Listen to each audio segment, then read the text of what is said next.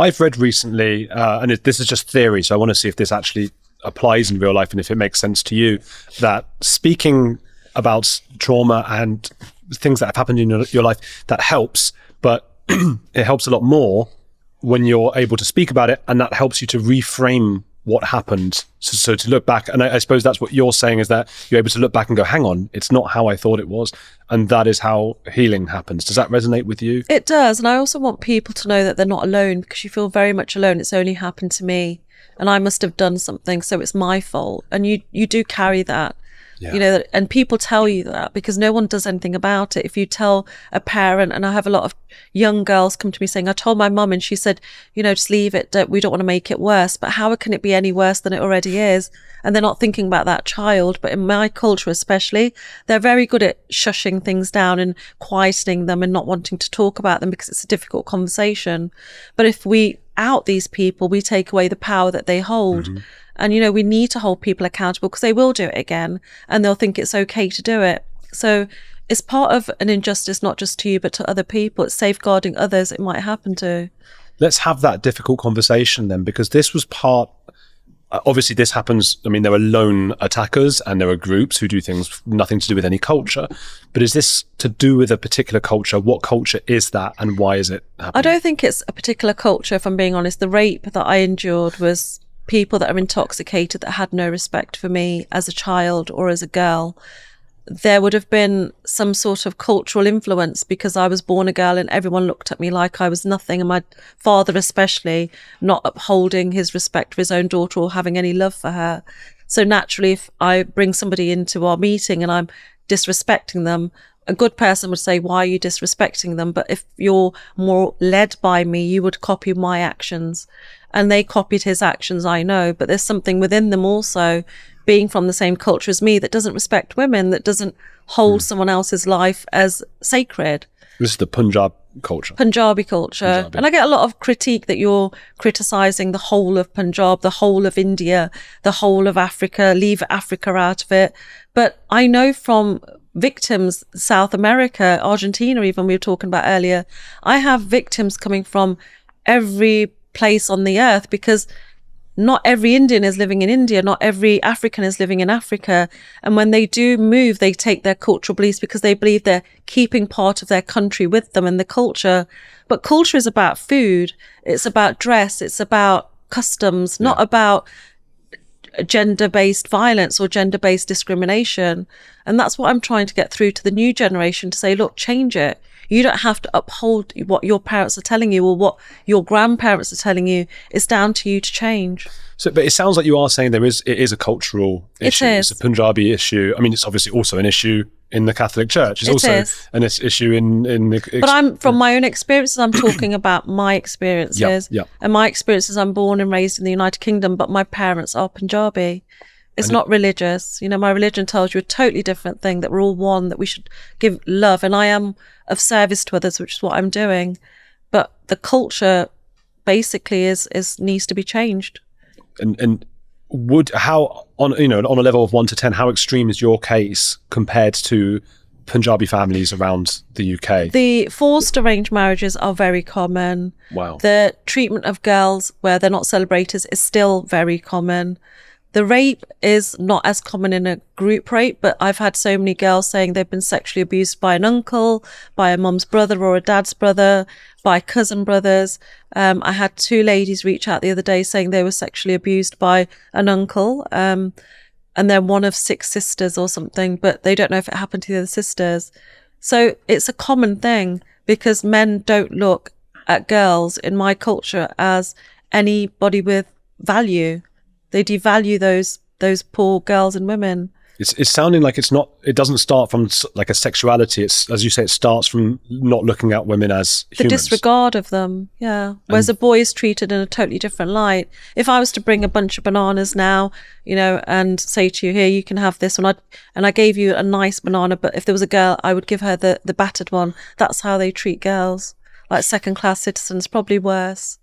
Going back to that night then, you had a few bad days with your mum being a bit off with you, the family being off, And then how did you continue over the next few weeks? I ended up getting pregnant from that night, and I ended up having an abortion. I remember my father and mother taking me to this clinic, which was in the West Midlands in England.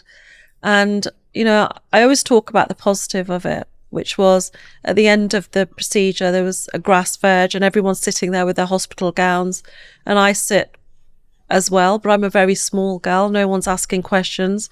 And one of the other reasons I talk about these things is because I want other people that are working in those jobs in healthcare or even of service, you know, providing drinks and things, to ask more questions, because one person could have changed my whole life then. You know, and I can't imagine what it would be like, but I know I was supposed to go through it, so maybe I can change it for others. And there was a lady that handed me a drink, and it wasn't the fact she handed me a drink with this little biscuit. I remember it so clearly.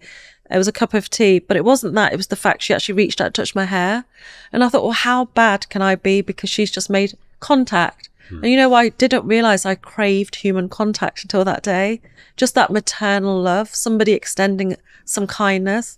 And I still talk about it. You know, I was 15 at the time, and I still talk about it so many years later, and it goes a long way. Human touch is quite essential, isn't it? I think we don't realize until we don't get it how, I mean, they say, don't they, nowadays, a lot of people, when they have babies, the man has to hold the baby for a while, skin to skin, get that connection going. And you didn't have any of that growing up. I wasn't held as a child, no. How has that affected you today, dating and things like that with touch? Dating's something I choose not to necessarily go into. If somebody was to try and hold my hand, it would remind me of being held down, if I'm being honest. I'm very careful around people. I don't trust people. I can date if I want to. I know that's an option if I choose to, but I'm so focused on my mission, as I call it, to make a huge change. I know in my lifetime I might not be able to create it, but I know that I can create ripples of change that the future generations will benefit from. If I can provoke a thought process, like in Australia, everyone's been messaging me with one message. They all took the key message was that we can do something. It doesn't matter who you are, you can do something by asking a simple question of, do you need help? Are you okay? Because a lot of us have become desensitized and we don't give people time anymore. You know, sitting on the train today, I looked around and everyone's on their phone. Nobody wants to sort of reach out and say, how you doing? Where you off to? Because we almost are offended if someone speaks to us, which is crazy. We, you know, going back to another country like Argentina, like you say, everyone speaks to you because it's their culture as well. But I think we are becoming very segregated and we don't hold enough compassion for one another anymore. I suppose there's that, and there's also, we're so worried about offending one another. Maybe one of the NHS workers might have wanted to speak to you and say, hey, what's going on? But they were worried about offending you. And is that something we need to just get rid of? Yeah, we do. We need to stop overthinking what people think and just smile. Even a smile can make a big difference. You know, a smile and just start a conversation. It's busy train, isn't it? You know, people don't talk, they don't get involved because it's not their business to get involved. But I often say, if you see something happening on the train, if you see an altercation, someone's being bullied, someone's being harassed, you can always change that by just asking, what's the time, or do you know what the next stop is? Because it changes the dynamics of that conflict. It gives them something else to think about, and it might help that woman or man that's being bullied, or you know, domestic abuse is happening there and then in front of you. It might stop slightly for that moment and give that person a little bit of hope that somebody's out there that cares. You know, you never know what you say that somebody will take away with them. So would you ask the perpetrator, the one who's being quite abusive? Either. It doesn't matter who you ask. What's the time? And yeah, it just breaks that whole conflict up. Interesting. Okay, so back to your story then. Yeah. Were your family annoyed at you for having to have an abortion? They were really angry with me. It was all my fault, you know, and I remember on the way back, my parents were wondering what they were going to do with me, like I was a disposable person. They decided they would send me to India. It's a common thing. You always heard of somebody going to India. I knew girls that were taken out of school that were taken to India. Yeah. My school wasn't really full of Indian girls. It was mainly white British. So I was bullied at school, which just added to childhood trauma, I guess. But you accept what comes along and you think you don't deserve it. But school should have picked up that Nina, age 12, was a very different Nina to age 15.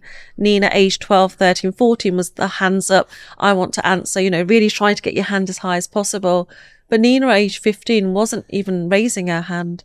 She was crying out for help in a different way. She was wanting that teacher to ask her. I wanted anyone to say to me, what's up? What's going on? Even the girl that walked to school with me knew there was something wrong, but didn't ask. What would you have said? I would have told anybody Really? what had happened because I was so desperately unhappy. You know, I wanted to take my life, and that's what I tried to do. I tried to take my life by taking an overdose of pills, which didn't work. You know, I was beaten. And then it came to a point where my father was suddenly rejoicing and celebrating something that I didn't know what he was celebrating until I was called downstairs. I was sat on the family sofa, which I was never allowed to sit on, which felt I was rejecting being there. My whole body did not want to be in that room because it was the same room in which I was raped. And suddenly I had a chiffon scarf placed on my head. I had somebody there that was one of the people that were biting me with his wife. I've got my eyes down in the photo that I found, which really disturbs me because I look so young and so innocent and so scared, I think is the right word. Fear stops you from doing so much. You don't understand that, as I keep saying, on the other side of fear is freedom, but you don't know you're allowed it or that it can be a possibility for you. You're stuck in this system, almost this matrix of, you know, control, and you can't get out. But I sat there that day and everyone was celebrating. I was fed sweets. I'd never been fed hand sweets before. My mother placed them in my mouth. I didn't know whether I should eat it, what I should do with it, because I'd really had a disconnect with food as well, because I was neglected when it came to being fed like the others. You know, I would steal that little chocolate bar from under the stairs and in the pantry, and I would take it upstairs, and that would last me for 4 days. I didn't have a normal meal, and suddenly I'm being fed and being patted on the head and being told what a great girl you are, and thinking, what's going on? But it's in that, after those moments, that was really sort of quite spine-chillingly, it's a memory that I can't forget, because I remember my father and this man that had raped me, his friend, bartering about him taking me. And my father saying, I will give you X amount of money if you take her. You know, this secret cannot get out in the community. So it's down to us, isn't it? It's down to us. And they're having this agreement of, yes, like I'm not even there. And the women are listening. My brothers are listening. And they're arguing about how many pounds they're going to give him. They're arguing about how much weight of gold they will give him. And it came to where my dad basically did this deal. He traded me for a secret. And the conditions were that I would be a sex slave when I entered that house, that I would be a servant in the way that I was a servant now, and that I would be marrying his son in a sham wedding.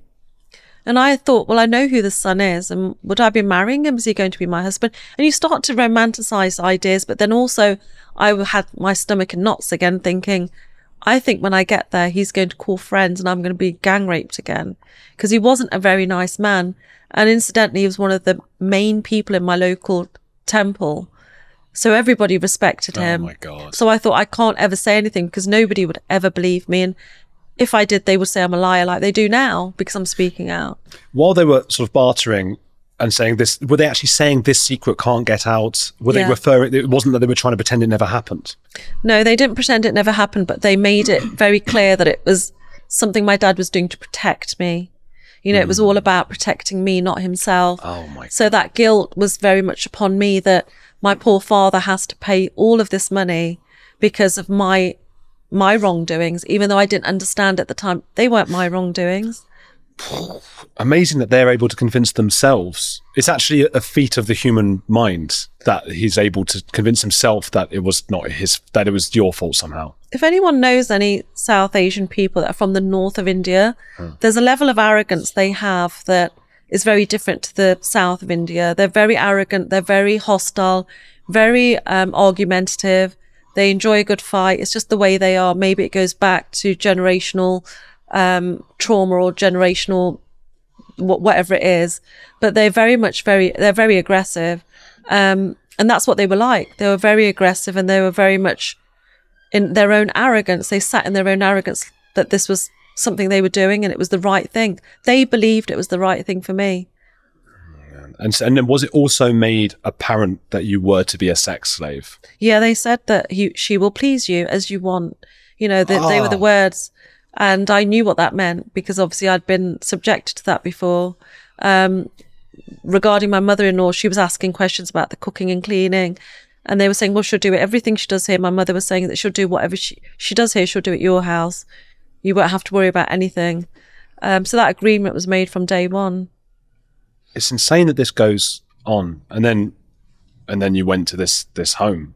I turned up in their home and there was no large, grand wooden staircase. It was a very tiny house, which made me feel quite claustrophobic, I'll be honest. I was used to big rooms. I was used to space. I was used to my dog, and suddenly there was nothing. She was like my only friend, and I felt very much alone in this house. I was given a room downstairs. Everybody else slept upstairs, but my room was a real makeshift room. It was probably not much wider than this table, and they'd managed to fit a bed in there and almost just some shelves so I could put my clothes in. And there was no door, and I didn't understand why there was no door, but it was so that my father-in-law could enter at any time and rape me or sexually abuse me. And he had a very aggressive nature whereby he got some sort of kick out of control. So he would hold my breath. He would push my head into my my mattress and have both hands on my mouth and wait until I was squirming and then let go. And he'd sort of smirk to himself. And it was a different kind of abuse that I had with him. It was sexual, but it was very much controlling where, he would undo a coat hanger. And in those days, they were really thick. And he would wrap the coat hanger around my ankles. And then he would strip me. So I would be naked on the floor with this coat hanger. And he would leave for the whole day. And he would say to me, don't move, I'll kill you. But I wouldn't move. I was too scared. But even if I tried to move, because there's only so much time you can sit in one position, you start to shuffle. But if I shuffled, it would dig into my skin and it would rip pieces of my skin straight back, leaving an open wound which would bleed. And, I wouldn't cry then because you're told you can't cry. You shouldn't cry. We're taught as children we shouldn't. We've got to be tough, roll your sleeves up. And also I was scared that if they saw me crying, they'd be more angry with me. Yeah. I want to go round. I mean, is this man even still alive? Yeah, they're very much alive. They are still living their lives. Nothing's happened to them. Nothing's happened to them. I'm sure everyone listening and watching and who's been following your story wants to go round now and give them a piece of our mind. Bloody hell. He's a psychopath. Yeah, I mean, I don't think people understand in my culture how cruel in-laws are, especially for a girl that gets married. Even if she doesn't have the sexual abuse, she'll have a look from the father-in-law or he'll make comments. And I've had a lot of women coming saying that he never did anything, but he made me feel very uncomfortable with the sexual comments, that I'd like to touch you or you need to come into my room, those sort of innuendos. But father-in-laws play a really big part in sexual abuse in a big way. And mother-in-laws are very cruel. They don't treat you like they treat their own daughters. They differentiate completely, and you're really seen as a servant, and you're supposed to be there for servitude. And like my mother-in-law she would throw my food, and I've said this 1,000 times, but it hurt so much because it was not only humiliating, it just made me feel very much less of a person, whereby she would throw my whole plate of food in the bin if I plated it. Then she would shove my head, literally hold my head in the bin, telling me to eat out of the bin, calling me a dog, saying this is not your father's house. Who thinks, why do you think you can even eat here? But you get to a point where you don't want to eat because you start to dislike who you are. And living in that house for 4 years, I can't even say it in any other way apart from I hated who I was. I hated being touched. I hated being spoken to. I hated getting up in the morning. Sometimes I wouldn't want to sleep from the fear of what was going to happen if I shut those eyes. But I was exhausted, mentally and physically. I was exhausted. I was working in a large corporation. I'd actually had 2 jobs, not even one. And all of my wages went straight to my in-laws. They had every penny. I was controlled to the point where I didn't have any money to catch a bus. I had to walk 45 minutes to work and 45 minutes back. It didn't matter. I wasn't allowed umbrellas or shoes. I was given the pure basics. So I was turning up for work, sometimes not so clean. I didn't ever turn up to school clean. I was always that dirty, grimy child, but no one said, what's going on? We should look into this. So it was a really hard time. And somebody at work in the end said to me, look, why don't you go back home? She was from the same culture as me, so I felt she understood. And her boyfriend was Nigerian, African, so I thought, well, he seems to understand too. It's a similar culture. I was a little bit funny with them first because we're not supposed to marry anybody out of our culture. We have to stick to just our own. And there's levels of disrespect you bring upon your parents. If you date somebody or marry somebody, that's a no-no anyway. But if it's somebody from the same culture, it's less than it is if they're black or white, so to speak. And that confused me. And I said to her, but what do your parents think of him? And she said, they're fine, you know. And I thought to myself, maybe things have changed. I think I just needed someone to give me a glimmer of hope. Yeah. So with her pushing me, I decided I would leave one day and go home. And I remember still very much the day I left. You know, I remember looking at my father-in-law, actually making eye contact, as though to say, I'm not coming back and I don't like you. Because he was such a horrific character. He made me feel really unseen. He made me feel very small.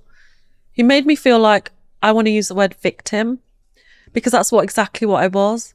But I just wanted to get away from him. You know, that thought of being away from him was being in my old room without the bedding, without everything, was so much better than being in that house. Did you dream of killing him? Never, no, because I was too scared. Who was I to kill somebody? Who was I to question them? You know, my self-worth was less than zero, if that's the thing. I had absolutely no self-worth. I was told I was a good for nothing. I was fat, I was ugly, and I believed everything everyone said. And at that point, I was underweight. You know, I was quite a skinny little thing. But I believed what everyone told me, that I was just a dirty nothing. It's a mark of your resilience, though, that your personality today, and you're brilliant, and people love you. And just chatting to you when we chatted before, before the interview and everything, you're so well-rounded and charismatic and everything.